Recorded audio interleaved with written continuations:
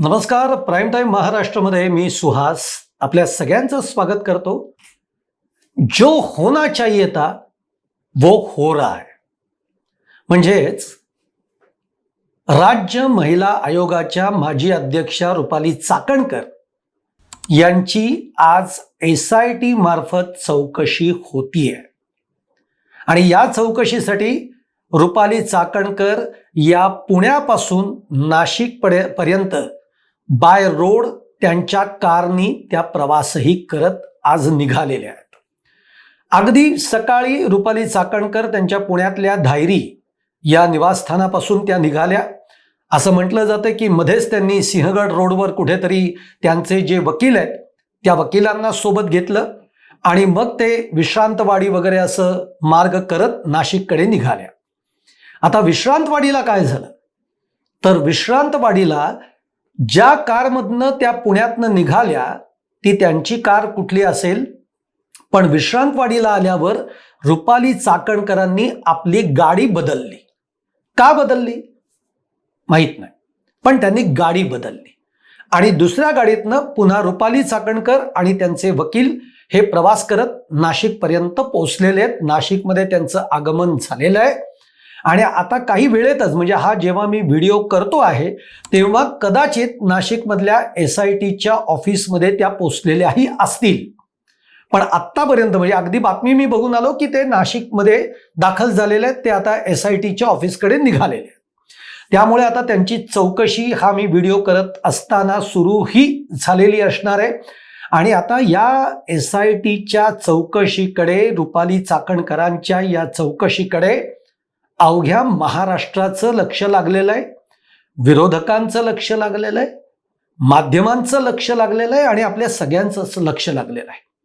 कारण या गोष्टींना बऱ्याच गोष्टी या सगळ्यामध्ये दडलेल्या आहेत. आता ही चौकशी कोण करताय तर ही चौकशी तेजस्वी सातपुते ज्या आहेत SITच्या माध्यमातून त्या सगळ्या चौकशी करतायत त्याच आता रुपाली चाकणकरांची चौकशी करणार आहेत. एक लक्षात घ्या, आत्तापर्यंत विरोधकांकडून रुपाली चाकणकर आणि भोंदू अशोक खरात यांचे काही फोटो व्हायरल करण्यात आले. त्यानंतर विरोधकांनी हाही आरोप केलेला आहे की रुपाली चाकणकर आणि भोंदू अशोक खरात यांचे काही आर्थिक व्यवहार सुद्धा झालेले आहेत, म्हणजे जे काही संशयास्पद आहेत असे व्यवहार सुद्धा झालेले आहेत. त्यामुळे रुपाली चाकणकर यांनी राज्य महिला आयोगाच्या अध्यक्षपदाचा राजीनामा द्यावा हा दबाव त्यावेळेला विरोधकांनी टाकला आणि त्यानुसार त्यांनी आपल्या या राज्य महिला आयोग अध्यक्षपदाचा राजीनामाही दिला. आपल्याला हे सगळं माहिती आहे.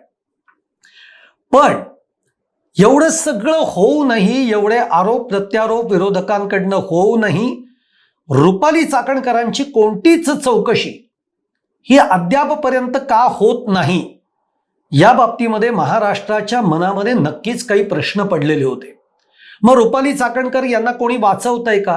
कारण जशा त्या राज्य महिला आयोगाचा अध्यक्ष राहिलेल्या आहेत, आता त्या माजी आहेत, पण त्याचप्रमाणे त्या राष्ट्रवादी अजित पवार गटाच्या सुद्धा एक नेत्या आहेत.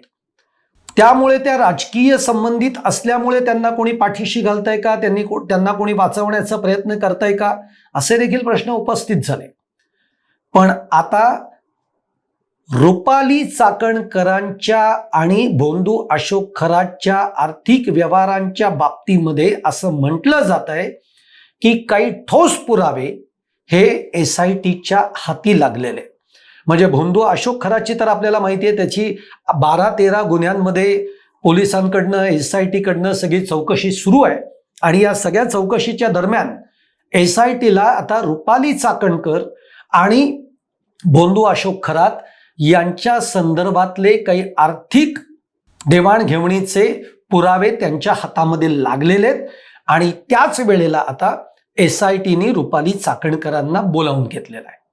आता हेही माहिती आहे आपल्याला की याबरोबर रुपाली चाकणकरांच्या ज्या भगिनी आहेत प्रतिभा चाकणकर आणि त्याचप्रमाणे त्यांचे चिरंजीव सुद्धा आहेत. त्यांचं नाव आता मला माहीत नाही, पण त्यांचे चिरंजीव म्हणजे प्रतिभा चाकणकरांचे चिरंजीव माझ्या मते चिन्मय का तन्मय चाकणकर यांना सुद्धा ईडीनं समन्स बजावलेला आपल्याला माहिती आहे.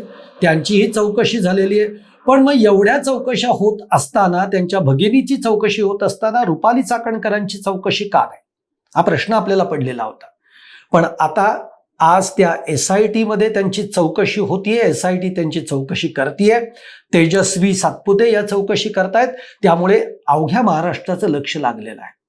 आता या चौकशीमध्ये कोणते कोणते आरोप त्यांच्यावर आहेत किंवा ठेवण्यात आलेले आहेत किंवा कशा कशाची चौकशी होणार आहे, तर पहिली गोष्ट आरोपीला पाठीशी घालणं. म्हणजेच काय, तर आपल्याला माहिती आहे की स्वतः खुद्द रुपाली चाकणकरांनी असं सांगितलं की बोंधू अशोक खरात, म्हणजे अशोक खरात आणि त्यांचे अगदी चांगले संबंध आहेत, ते अशोक खरात यांना आपले गुरु मानत आलेत किंवा गुरुस्थानी मानत आलेले आहेत, हे त्यांनीच सांगितलेलं आहे.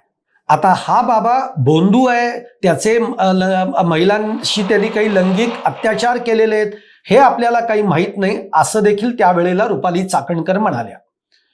पण त्यानंतर आता याचबरोबर दुसरा गोष्ट आहे की त्यांचे आर्थिक व्यवहारांमध्ये संबंध आहेत हे का पुढे यायला लागलं किंवा विरोधक असं का म्हणायला लागले, तर बोंधू अशोक खरातचा जो ट्रस्ट आहे शिवनिका ट्रस्ट, या शिवनिका ट्रस्टवर रुपाली चाकणकर या विश्वस्त आहेत का संचालक आहेत, राहिलेले आहेत, त्यामुळे त्यांच्यामध्ये अनेक आर्थिक व्यवहार झालेत असं विरोधकांनी यापूर्वीच सांगितलेलं आहे.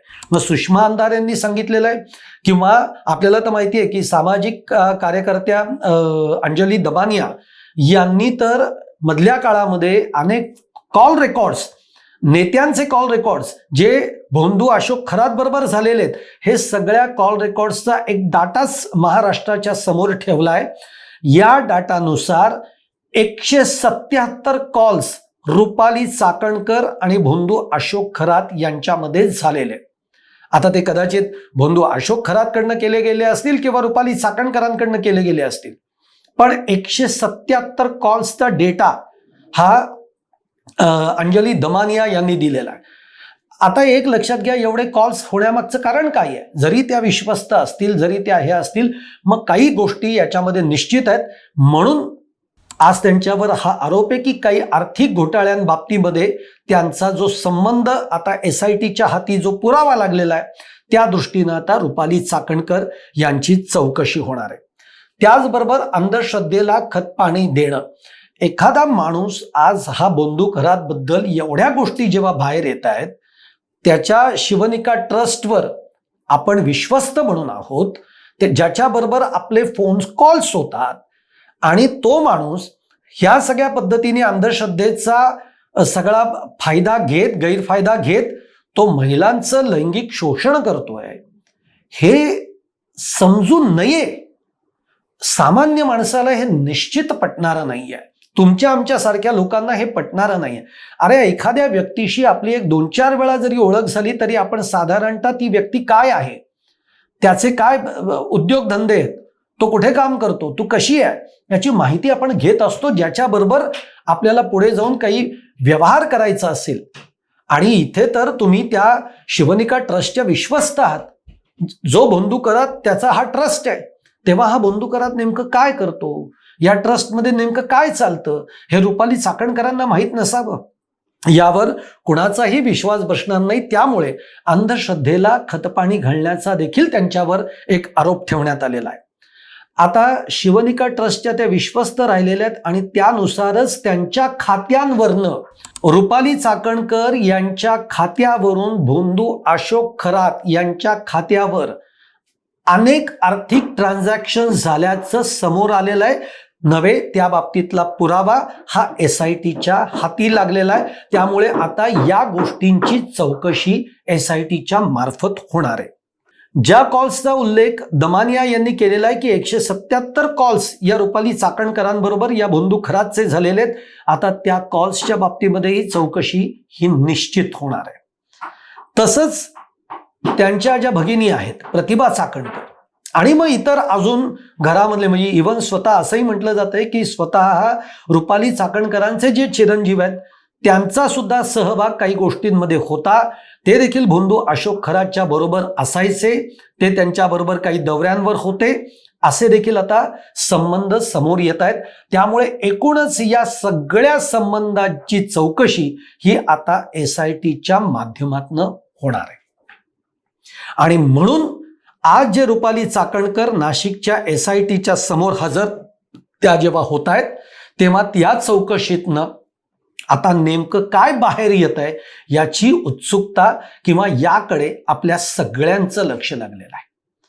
आता एकीकडे हे सगळं प्रकरण आहे, रुपाली चाकणकर त्यांची आता जी काही चौकशी होईल ती होईलच, पण भोंदू अशोक खराच्या बाबतीमध्ये जर बोलायचं झालं तर हा किती गडी पोचलेला आहे हे जर आपण बघितलं, म्हणजे त्याचे आपण जे काही व्हिडिओज नंतर माध्यमांमध्ये आले ते दाखवले गेले, ब्लर करून ते दाखवले, कारण शेवटी कुठल्याही महिलेच्या बाबतीमध्ये जेव्हा असे काही व्हिडिओ समोर येतात तेव्हा त्या महिलेचं त्याच्यातनं कोणतंही हनन होऊ नये, त्यांच्यावर कोणताही त्यांच्या बाबतीमध्ये कोणताही विचित्र असं काही दाखवलं जाऊ नये याची काळजी प्रत्येक माध्यम घेत असतं. आणि त्यानंतर आपण काही ब्लर्ड केलेले व्हिडिओ सुद्धा बघितलेले आहेत.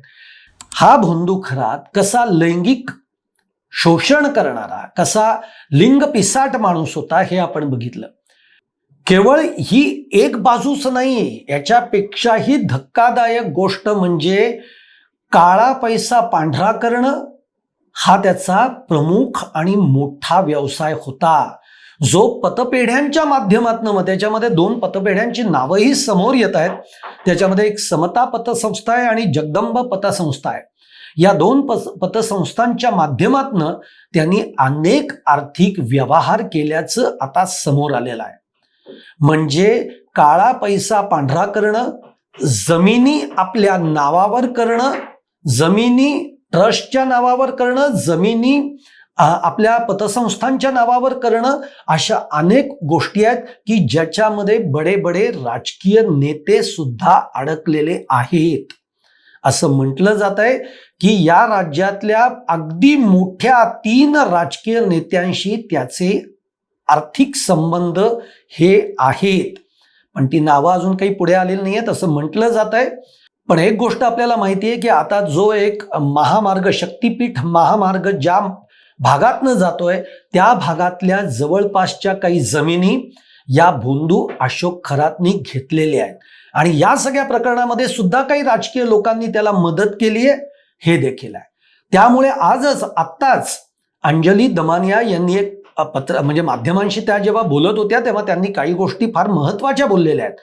त्यांनी असं सांगितलेलं आहे की एक तर रुपाली चाकणकर आज जेव्हा SIT समोर हजर होत आहेत तेव्हा त्यांच्याबरोबर वकील आहेत, तेव्हा त्या असं म्हणाल्या दमानिया की मी तेजस्वी सातपुते यांना विनंती करणार आहे की रुपाली चाकणकरांची चौकशी होत असताना त्यांची एकट्याची चौकशी करा, त्यांच्याबरोबर त्यांचा वकील आतमध्ये येऊ देऊ नका, तरच सत्य काय आहे तर ते समोर येईल. आणि हे अगदी बरोबर आहे.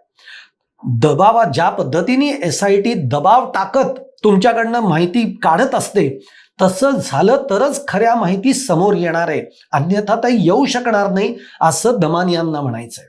त्याचप्रमाणे अंजली दमानिया म्हणतायत की हे प्रकरण भोंदू खराचं दिसतं तितकं सहज सरळ सोपं नाही आहे. त्यामुळे या प्रकरणामध्ये ज्या ज्या राजकीय नेत्यांचे फोन कॉल्स झालेले आहेत त्यांच्या देखील चौकशी ही झालीच पाहिजे, ही देखील मागणी पुन्हा एकदा अंजली दमानिया यांनी केलेली आहे.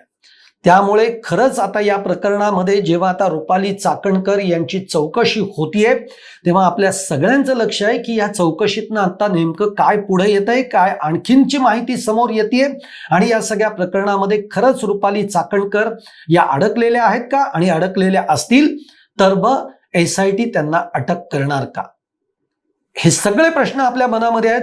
पण जसे आता पुढचे अपडेट्स आपल्यापर्यंत येतील त्याप्रमाणे आपण पुढचे व्हिडिओ करू. पण आत्ताचा हा व्हिडिओ म्हणजे रुपाली चाकणकरांची SIT चौकशी सुरू झालेली आहे. तुम्हाला माझा हा व्हिडिओ आवडला असेल तर लाईक करा, शेअर करा, चॅनल सबस्क्राईब करायला विसरू नका आणि तुमच्या देखील कमेंट या कमेंट बॉक्समध्ये जरूर टाका. धन्यवाद.